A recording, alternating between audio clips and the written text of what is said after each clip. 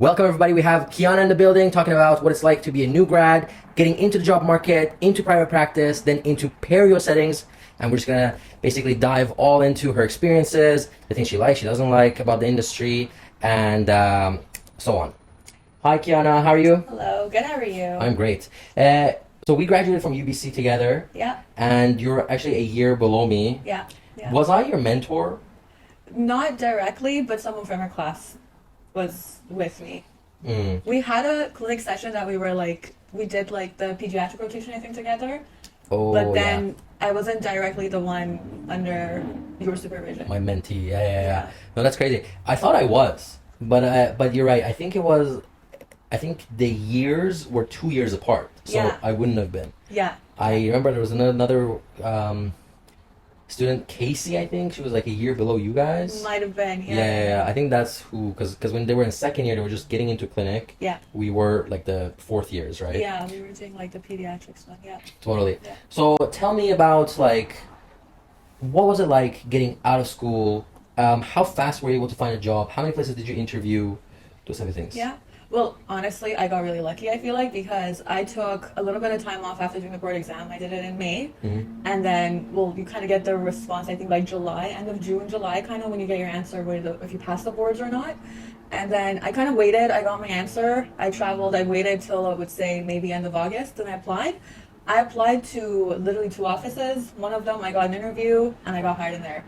Yeah. So, I guess I got too lucky. I just didn't really search much. You just went with the first offer you got. Yeah, and I was like, you know what? I love this. It's a great location. It's like what I want. It's a small practice. That's what I wanted. I wanted a small private practice, and that's exactly what it was. So Nice. I kind of got what I wanted first try. Nice. Is this the place you're working in right now? Yeah. Oh, nice.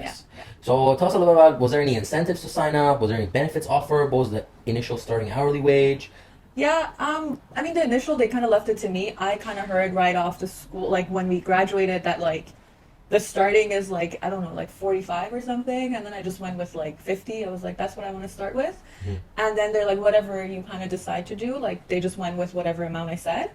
And then there was no incentive in that sense, but, I kind of could pick the days I wanted to work, and, that was kind of up to me. It was really close to where I live, so that was also another one. But they kind of, what I appreciated the most about work is that they mentored me. They didn't just leave me do my own thing, which I think, as a new grad, it's terrifying if an office just leaves you to do your own thing. Yeah, totally. And that was, my biggest thing. I was like, you know what? I can potentially go to a different office. I can do this, I can do that. But what I really appreciated is that, they treated me like they wanted to, train me from scratch. Mm-hmm. So I didn't feel like I was, left in a field with To nothing. fend for yourself. Exactly. Totally. I was like that, though. When I first started my first day, Yeah. I actually started in arm dental, and I was basically asking the staff there if I could do their cleanings before I started my first official patient, so that I can get into the groove of it. But it worked out there wasn't enough time, so I just got thrown into it, and honestly, it wasn't as bad as I thought it would be. I really thought it was gonna be a lot more intimidating, but I found it to be okay. But I was running behind about 15 minutes. Yeah. So then I asked for an extra 15, so it was an hour and 15 appointments. And obviously in the beginnings, I wasn't doing a comprehensive job. I was just doing the cleaning completely, but the other parts, the rest of the team would help me with. But that's really good. So you had a mentor that walked you through it the first time? No, not necessarily. So what I did when I kind of got into talking about the contracts and getting fully hired and all that stuff, I was like, would I be able to shadow your current hygienist?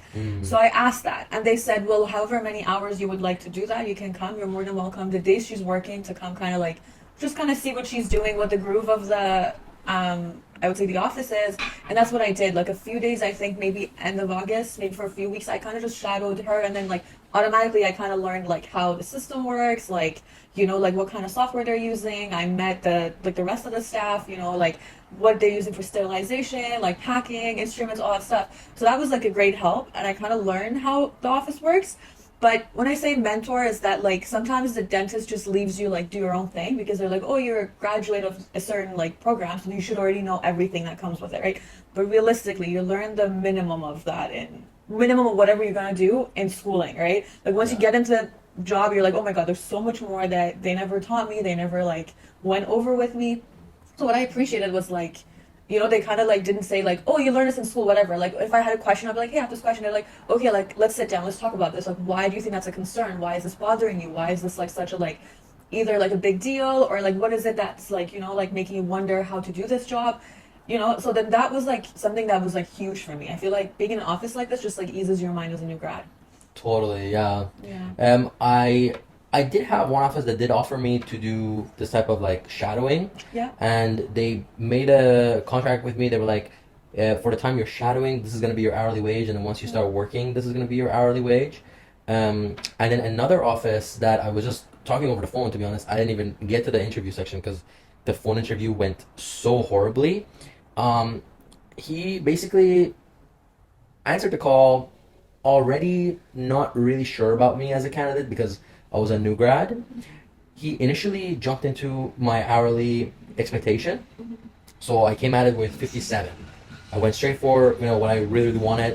And that's what I thought the market was at the time. So I asked for it. And he basically said, this is really high for a new grad. And he actually emphasized that with your current hourly expectation, you should not be asking me anything.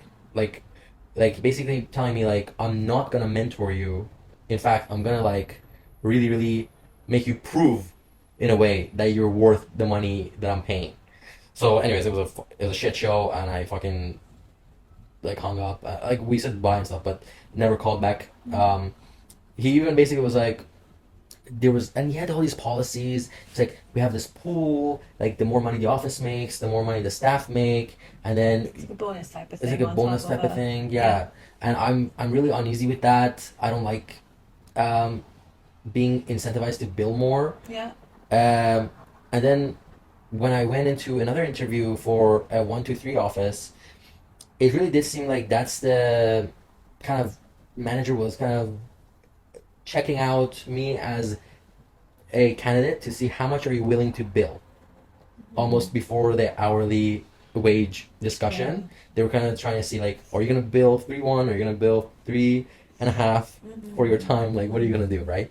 And so I felt uncomfortable with those offers, but the market was hot. Oh yeah. Yeah, I applied to 15 places in one sitting, and I got interviews in 15 places. Yeah, I mean, I think that's one of the things I can say if that's good about this profession is that there's always a market for it. Yeah. Yeah, you can get the offices that the bad experiences, but you at least get to go to a few interviews before anything. You get a sense of oh, I like this place, I like that place, or I don't like this place. At least you kind of get an idea of what it is. But if the market is so low or so slow that you're kind of what am I even applying for? You will have to settle. Yeah. Which good thing about profession, you don't have to settle. You don't have to settle for your shit. Yeah. Yeah. So you've been working for a year, a little bit less than a year now. A little bit less than a year. Because you started a little bit later. Yeah, I started September officially. Yeah. Yeah. Honestly, good job for starting later. I jumped into it. Yeah. But I jumped into it because I was really broke. I mean, I jumped into it in my opinion. I'm I could have stretched it out a little bit for 6 months. I took a break for 3, so I was maybe I could have waited 6 months down. I feel when you graduate initially, you're kind of oh my god, I need to get to the job market because you think the postings are gonna end. It's oversaturated, but as of right now, no, it's not. Honestly, you're probably exactly better off waiting and finding the best offer near you, high pay, good securities. Exactly. I know a lot of people who applied, got the job right away, but they quit within a month or 2 after, just because they didn't not like the office or the workload or something about it just was off. Yeah. So they had to quit, look for a job again, and kind of go through that process of getting rehired again. Yeah. So I kind of I'm glad that didn't happen to me because Totally. And so tell me about how has it been kind of getting accustomed to the profession, getting into the groove of things. Are you liking it? Are you growing sick of it? Yeah. Was there a phase where you got sick of it and you did something that got you out of your slump? Yeah. So far I'm pretty happy about it, but again, it hasn't even been a year, so I can't really be like I'm sick of it already. I'm really happy about it, but I do work part-time. I have to say that. Mm-hmm. So I feel like if you do work 5 days and over, you're probably gonna get sick of it faster because like Yeah. you're tired, your body's like, just telling you this is like too much and all that stuff. I'm pretty happy about it as of right now. Again, like I work 3 times a week, but I kind of can feel the neck pain and the ergonomics and all Yeah. that stuff already. But I've heard from people in our school or in my class that the ones that work full time, they're just like over it. They're like, my back hurts, this hurts, like, loops are too heavy, this and that. So Totally. I've heard more of a complaint from them, but Yeah, absolutely. And I couldn't agree with you more. Working 3 days a week. I mean, ever since starting Tempid, I'm also working like 4, 3. It kind of varies week to week. Sometimes it's 2 days, sometimes it's 5 days. But anyways, much, much less. yeah. Because when I first graduated, as I said, I was really, really broke. I had so much credit card debt because I was already, living as if I have a full-time job because I was expecting to get the license as soon as possible, but it got stretched so much. It Yeah. got stretched 3 months Yeah. from what I was expecting, right? So I had racked up about like 10K combined credit card. I also had some money I had borrowed to pay the tuition. Yeah, yeah. And then I also had the student loan and everything like that. So I really wanted to, at the very least, pay my credit cards as soon as possible. So I was working full time, then temping on the weekends. Okay. So I was working 6 days, sometimes 7 days Oh my a week. Yeah, and so I just would be working nonstop. And by the time it was December, I had paid off my debt completely. But I was overweight, unhappy, and miserable. I remember going to New Zealand, and I was able to afford this amazing vacation to New Zealand, the place of my dreams. But I was so insecure, I was so fat. And you remember when I was in university, I was bodybuilding, so I was in pretty good shape. But right out of school, just immediately fat, unhappy, right? And that was because of the workload I had taken on. Yeah. So when I was there, I came up with this idea since my uncle had a staffing HR company in Iran, and he had made millions from it, and I kind of understood the flow of it.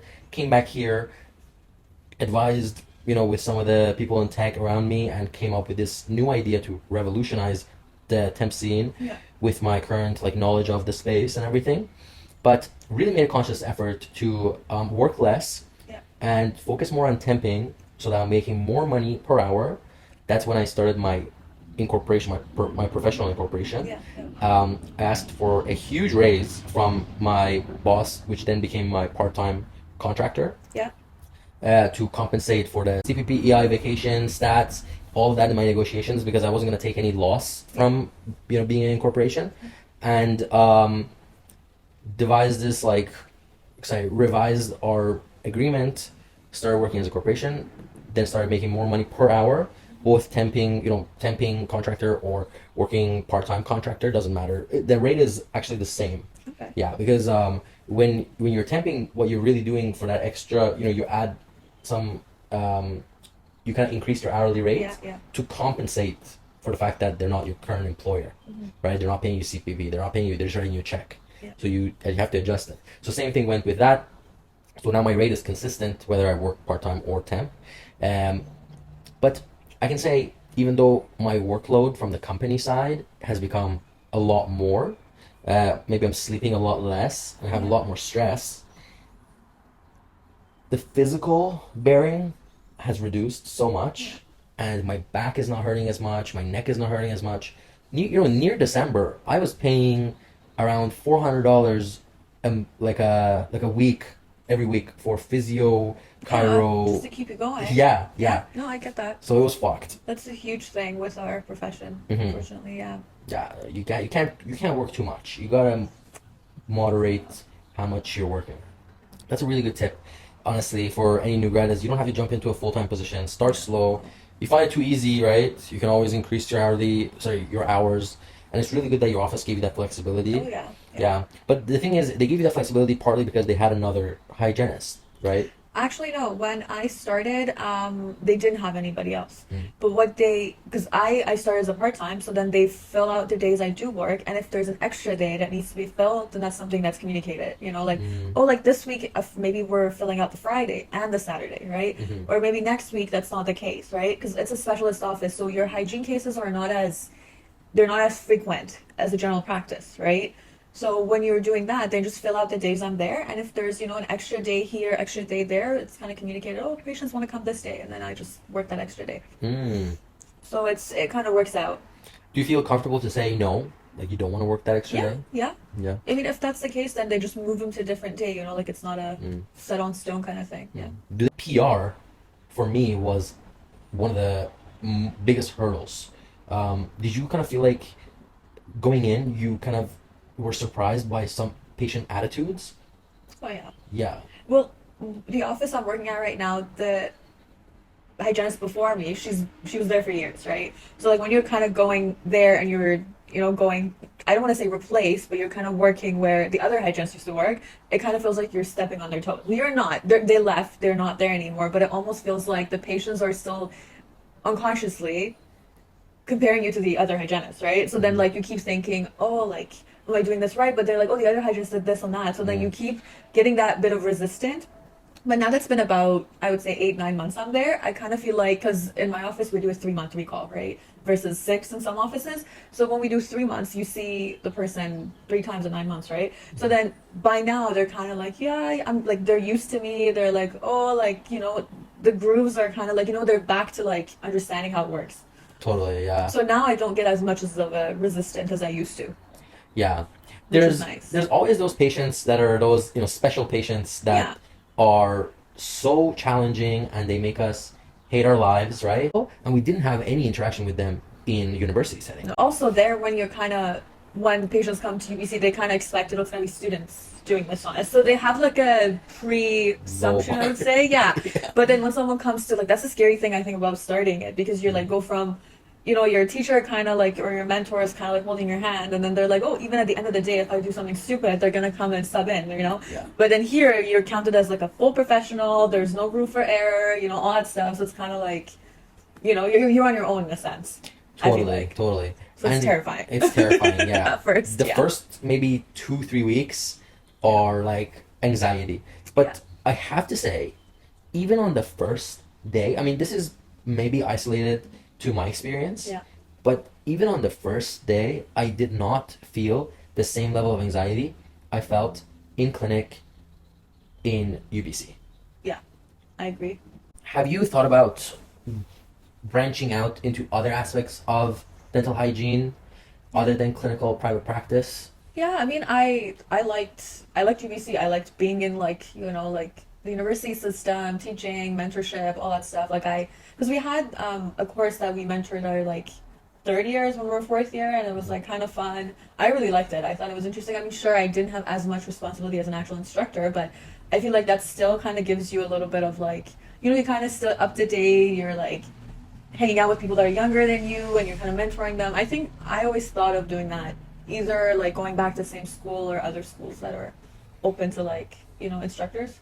Yeah, totally. Yeah. Honestly, if it wasn't for the terrible compensation that the instructors get, I would have jumped at it at a heartbeat. You know what I mean? Yeah. But it's $100 at UBC for the whole day, for the whole 3 hours. Yeah, that's ridiculous. And then you have to do homework, then you have to grade, and then you have to give feedback. And I don't know about you, but some of those feedbacks I got were like sometimes like 2 paragraphs. And think about that. Like you have six students. Yeah.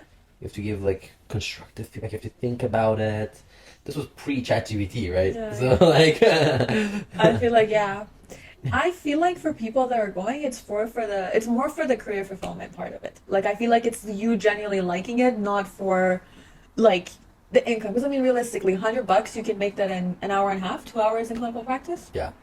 Like easily. As a temp, you can make it in an hour and a half. And some of them are commuting an hour to UBC and back. So I mean, think about. I feel like your expenses of being there and your income is they're just gonna even each other out at that point. You're doing it for free, almost. Like just your car parking. Yeah, just is all gonna of be that. like $30. Yeah. And I mean, you're sitting at home, you're grading. That's time away from you can be relaxing, you can be doing more work that's, paid for, all that stuff. So I feel like honestly it has to do with like fulfillment. Totally. Like you feel like you're kind of like teaching, mentoring someone else. I feel like that's kind of the aspect it comes from. Yeah, but also like some people work at UBC as a hygienist. Yeah. I didn't know this, but Mr. Muck does that now. I think it's for the perio Yeah. clinic. Mm. Do you know anything about that? Is that a good position? Is that kind of... I'm not sure. The only time I knew was when we had that perio rotation and, the perio wings, like that's kind of, they're like, the hygienist does it. So if there's cases that are like more extensive, they're not going to send it to second, third, fourth years, right? It's an actual hygienist that does it. Because I mean, realistically, those are something that I don't think a student can do. Like some of the cases are... And they get the hardest cases, right? They get the hardest cases, exactly. Yeah. So you get the patients that are flap surgeries, or they have like an implant and you're getting it like you're seeing them right before the surgery. So you're getting the worst of the worst cases, I guess. Have you ever thought about starting your own clinic? I did think about it when I was in university, and then I came out of it and I got a bit of more perspective on like how everything runs, and then I was like, no, I'm not doing that. They make At least a not lot alone. more money. Yeah, at least not alone. Like if I do it, it will be with like, maybe another hygienist. You do it with another person, like more of a partnership thing, because I feel like there's so much to take over. Initially, probably when you first start, it's like, Yeah. it's a lot to take on, I feel like. Totally. And I feel like if you want to do this, you really, really have to be the person who is like a penny pincher. You know what I mean? Like that's just my opinion. I actually have no idea. Okay. Yeah. But from what I've seen, successful dental hygiene practices do is they either offer something that the dentists don't offer, which is You like have to give an incentive. yeah, so like maybe like mobile service, like they'll come to your house, they'll do your cleaning there, or like that's for like geriatric population usually, or they'll come to your community and they'll see you in your community. So that's how they kind of expand into like less kind of less saturated markets. Exactly.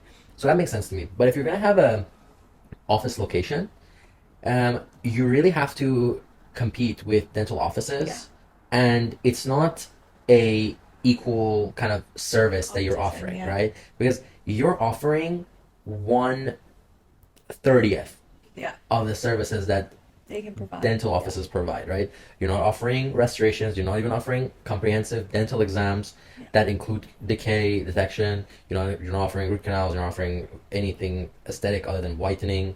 So your hands are still tied. Your revenue is also tied by that same constraints, exactly. right? You're not going to have a crown prep day. Your income is basically number of patients times whatever it is, $200, right? Yeah. I don't know exactly how much it is, but it's like 200 to 300 depending on how many units and stuff. So what I've seen some solo practice dental hygienists do that seems to be working is they're really good at saving. So they have very, very small space that they rent if it's a local, if it's a stationary clinic. Yeah. And they don't hire anybody. So they don't have a receptionist. They don't have an assistant. It's just them. They keep their operations small. They have one statum. They have 2 kits, which I think that's the first thing I would buy if I had my own thing. If I had my own practice, I would buy like the best instruments if I'm going to be working, right? Not like limited kits, limited Cavitron tips. I would buy all of them. Yeah. But anyways, I don't think I'm a good fit for the industry for that reason. I think if you want to do it, you gotta have 2 kits, 2 Cavitrons, like heads, and like you gotta like have you seen the type of behavior like you take off your gloves and you rewear the same gloves? Fuck that. What? I feel like to be honest with you, private dental hygiene practice would work, maybe not in big cities, but it's a great practice for smaller communities. So for example, like Harrison Hot Spring, very small, very limited, mostly a certain demographic. And you're probably not going to see 500 dental offices in this, like in one little strip, right? So for that purpose, I think having a private hygiene practice might be actually pretty useful because it takes the load off of the dental office. It's shorter wait time. And a lot of people might not even need a checkup. They might need to just go there once a year, right? So I feel like in those settings, it works out really well. But if you have to be in a big city like Vancouver, every block there's 30 dental offices at least, right? So like you're competing with like an oversaturated market in my opinion, right? So the only way I think you can actually kind of have like an office that's successful and you're not working 7 days a week is either you do it in a smaller community or you do a mobile practice, which I think is pretty smart, but it's just I don't see it being something I like, but I think it works out really well. Yeah, it works out really well. I agree. The bigger cities, you're pretty much, uphill battle. Maybe you might get a couple of patients through social media, friends, family, but at the end of the day, you're gonna spend a lot Everything. on the whole operation, and also you're gonna be spending a lot on getting patients into the clinic, Yeah. just because you have so much more convenient options. Yeah, yeah. But as you said, the mobile practice is a business that works really well despite the competition, and it works really well because of what you said. They tap into kind of less saturated markets, and also like they do have that leg up on the competition. They do come to you. They offer an extra It's thing. convenience. Yeah. But the good thing with those practices over, like, let's say if you had a choice between having a mobile clinic or working full time, you could probably work 1 day a week in your own mobile clinic Yep. compared to working 4 days a week for someone else. Yeah. That's because, let's say, like, on average, we're just gonna say Canada-wide. Okay, I know the BC market is very hot right now, but Canada-wide, you're a hygienist, you're making 48-ish, right? Canada-wide, your billing is gonna be around 250 per hour. Yeah. So, I guess it's about 5 times what the rate you're getting compared to what you're billing, right? Yeah. So you can work 1/5 basically, and have the same endpoint income, Yeah. revenue. But of course, with that said, there's gonna be so many costs that you have to deduct. But then again, it's like it works out really in the favor of the mobile clinic, to be honest, in that comparison, Yeah. because the costs are also tax write-offs, and a lot of the costs are shared with your maybe the things that you need anyways. For example, like if you need a laptop to do your scheduling and you're writing off the laptop, this is not legal advice or accounting advice, by the way, but there's some expenses that you can basically utilize your company stuff for your personal life as well. Yeah. So I just feel like you have to be very passionate and very like dedicated because it's something that you're starting from absolute scratch, and it's something that I think the culture is not there yet. Like someone coming to get your teeth cleaned for you in a van might not just come off as the best idea to a lot of people. Like when you think of it that way, yes, it's convenient for certain communities that don't have they don't have the access to dental care, but I feel like in most cases it's kind of like an iffy thing for a lot of people. The culture is not there. That's like a common thing. So you're gonna have a hard time advertising that, I think. But I think once you do that, it's good. Like it's good and it works out. yeah, But I just think you have to be really passionate to start it from scratch. Like yeah, it's a tough one, and you're on your own. Like if you have an office, maybe you can have a receptionist, maybe you can have a sterilizing person, but this you're on your own. yeah, totally. So I feel like like yes, it's really good income, but you have to really dedicate a lot of time to it. Even weirder as a guy, right? Yeah, If you're yeah, a guy right. in a van. It's like if someone comes and does tattoos in a van, would you ever go and get it? And it might be the best place ever. Like I I'm think- not bashing it, but I'm just saying. Okay, yeah, fair point. I think trying to appear official and established is a really good way to gain trust and get over that awkwardness of the fact that you're literally putting your hands in someone's mouth. But I think if you have that background, that history of like, working in the profession, maybe you have really good reviews, maybe you're really Yeah. well talked about, maybe you were referred by some people to the hygienist. I think it really does ease a lot of the concerns. Yeah. And I would say, yeah, I probably would feel comfortable going into a van type situation. But there's so many logistics issues, like you have to like incorporate water in, like a water system, a suction system into your van, and then Yeah. when you park your van, it has to be not in an incline uphill or downhill, right? Otherwise, everything's mounted, right? Yeah. So you gotta find flat ground, and sometimes the flat ground might not be at the patient's door, the Yeah, client's door. exactly. So you gotta pick up the client, drive around the block, and then like wait somewhere, tell them, okay, get in the back. You know what I mean?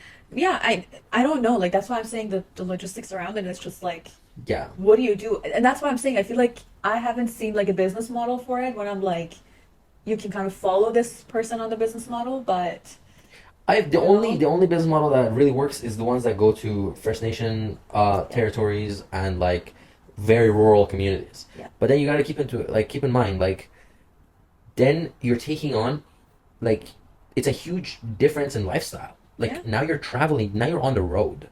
Like there's probably more profitable ways of making money if you're willing to be away from your home, away from your family for an extended amount of Of time course. every week, right? It doesn't.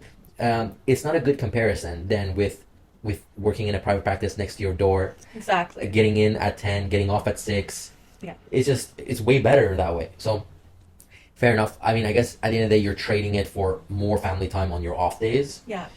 I really think that's what I honestly like a lot about our profession is that like you have to know yourself, like see what fits into your lifestyle. I feel like, for example, when I was picking hygiene to go to school, I was between nursing and this, right? Mhm. And I was like, you know what, nursing this great benefits, great profession, amazing, a lot of things great.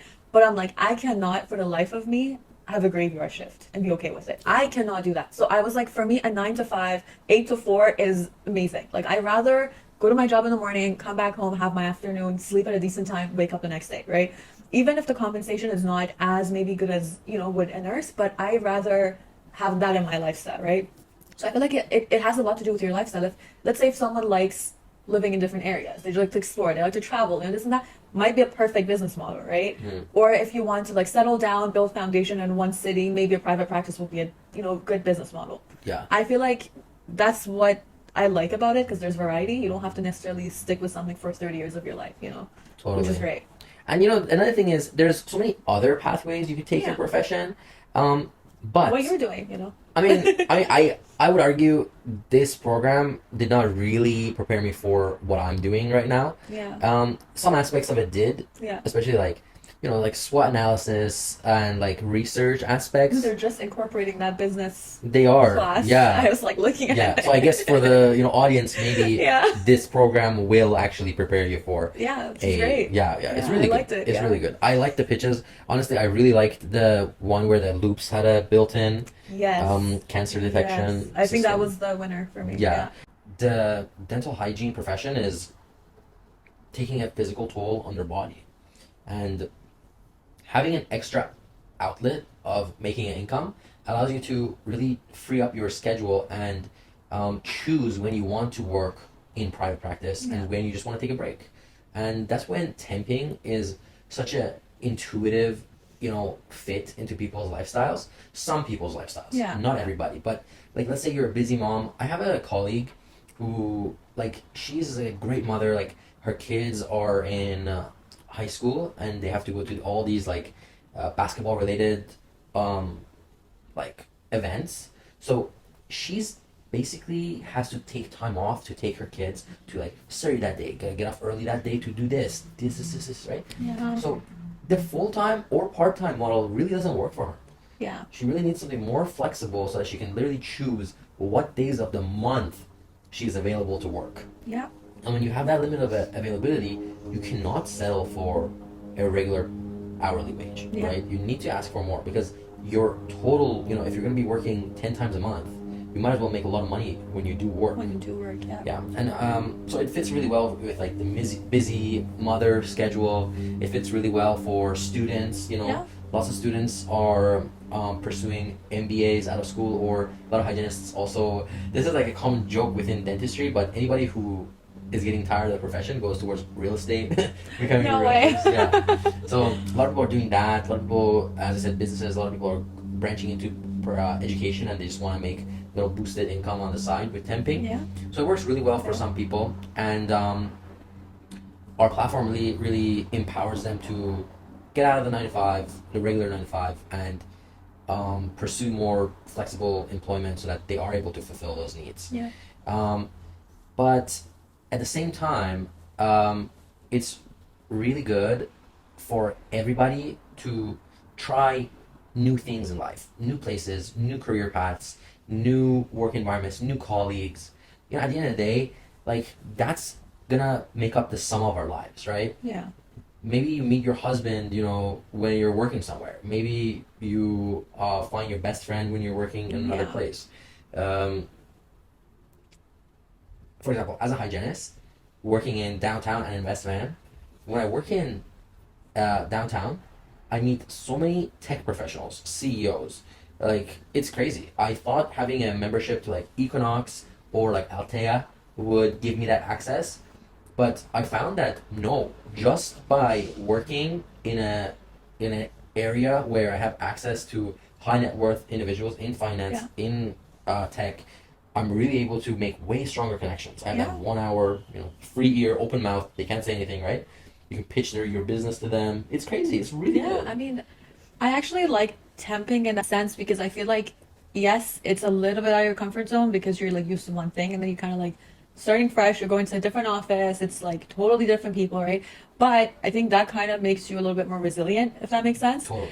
I feel like it like toughens you up in a sense because you're like, okay, like I have like this is like I'm here for another 8 hours, right? I can either be miserable or I can suck it up and learn. And you learn, right? Like you're like different offices operate differently. So you have to like suck it up and work differently than your comfortable, office that you were like really comfortable with, right? Yeah. So I feel like for me, I actually kind of like temping in that sense because it kind of takes me out of my comfort zone. It's like I'm not just used to the same routine of coming and going and all that, right?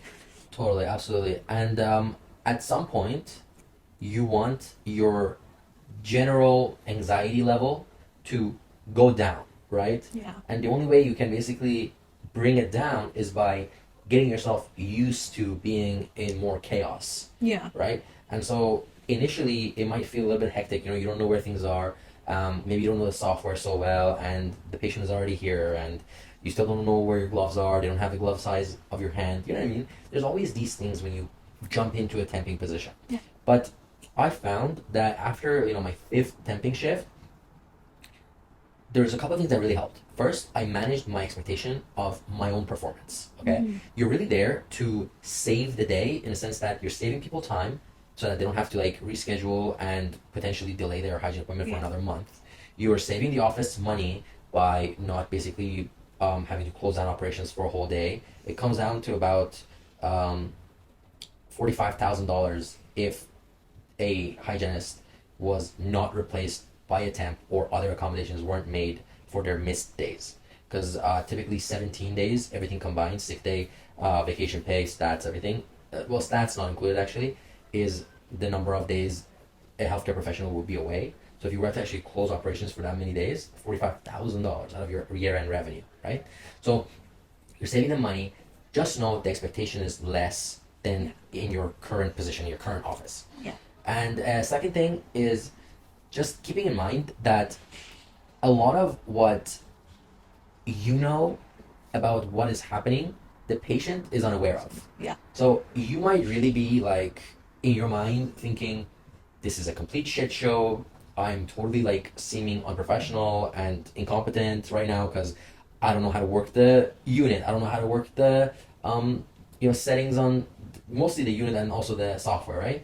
The patient doesn't know that. And they're freaking out probably. Yeah. Because they're scared to be there. Exactly. Right? They're like, you know what I mean? Just put a headphone on the patient or something. You know what I mean? Get them to watch TV or even if they have no other stimuli, they are so freaked out that they have like tunnel vision. They're just like only worrying about what's happening inside their mouth. And they don't and there's so much noises happening everywhere, the suction, the cavitron, everything. And it really dulls their sensory awareness. Yes. Right? No, I agree. Yeah, so you can just rest easy knowing that you're doing a good thing for them and for the office. You're getting a compensation out of it. At the end of the day, everybody does appreciate you, though some patients might be a little bit reluctant to trust you in the first which place. is totally fair, Yeah. Yeah. So with all that said, I think everybody has to evaluate temping and see if it's a good fit for their lifestyle. At the end of the day, we're always going to need temps. And 100%. also, like, temps will always capitalize on their scarcity and the fact that they're meeting an urgent need. So, obviously, they're always going to be getting paid more, and as they should. You know what I mean? I mean, you're getting paid for the convenience, right? It's like you're doing something that it's like saves the day, as you said, Exactly, yeah. And just on that inconvenience factor, you really have to think about each opportunity as how inconvenient it is, right? Is it far away from your house? Is it on a Saturday or a Sunday? You know, is it on a week that you're already really, really tired and you don't actually need that much money that week because you've already like you're pretty comfortable? Yeah. Maybe it's more inconvenient, and maybe you don't want to pick up that shift, or you want to pick it up only if it's offered at a higher hourly rate. And this type of freedom to negotiate based on each single opportunity is not available when you work with a temp agency with a set wage. Yeah. Or when you have connections pre-made with offices and they know if they call you, they're going to get you in for the previous rate that you worked for. Yeah. And oftentimes they're going to be shocked if you want to ask for more this time, right? Having a platform, a negotiation platform that allows you to negotiate for every single position, depending on how inconvenient it is for you, I think was the main foundation of what made Tempbid. Anyways, thank you so much for coming on the podcast, Kiana. It was so refreshing to get a kind of 1 year hygiene and kind of see the challenges and the ways you've navigated through the industry. I really hope that our listeners can take away some lessons about the things you have done. Obviously, you've had a very fruitful career. You're working in a perio office. You're happy with the place you're working, and you're providing great care, I'm sure. And any final tips for the audience if they're new grads? Yeah. I just feel like don't settle for an office you're not happy with. Like, I feel like every person has different values. Like, some say, oh, I need to be in an office that's paying me the most amount, even if I'm uncomfortable and miserable. Or some say, oh, I'd rather go to an office that I have a mentor and people are more friendly, but the income is not as high necessarily at the start. So just again, know yourself and see which one is something you're like more comfortable with. Like for me, it was having a mentor, right? And being close to home. So if that's kind of what your thing is, then go for an office that provides you that, because being miserable at work is literally the worst thing ever. Absolutely. We spend so much time at work. Such a great advice. We have a saying for startups that says hire slow, fire fast. For professionals, I think it should be choose where you work wisely and leave fast. As soon as you notice that it's not where you want to be, negotiate. If it doesn't work, leave. Yeah. So many opportunities out there. Temping is a great way to try different places and get a good look of the market and what you can get. Thank you so much, Kiana. Yeah, of course. Hopefully we'll have you back on the podcast soon. Yeah. And that's pretty much it. So thank you guys for tuning in for the podcast. And we'll be back with a new episode next week. All done. Yay. Thank you so much. No, of course.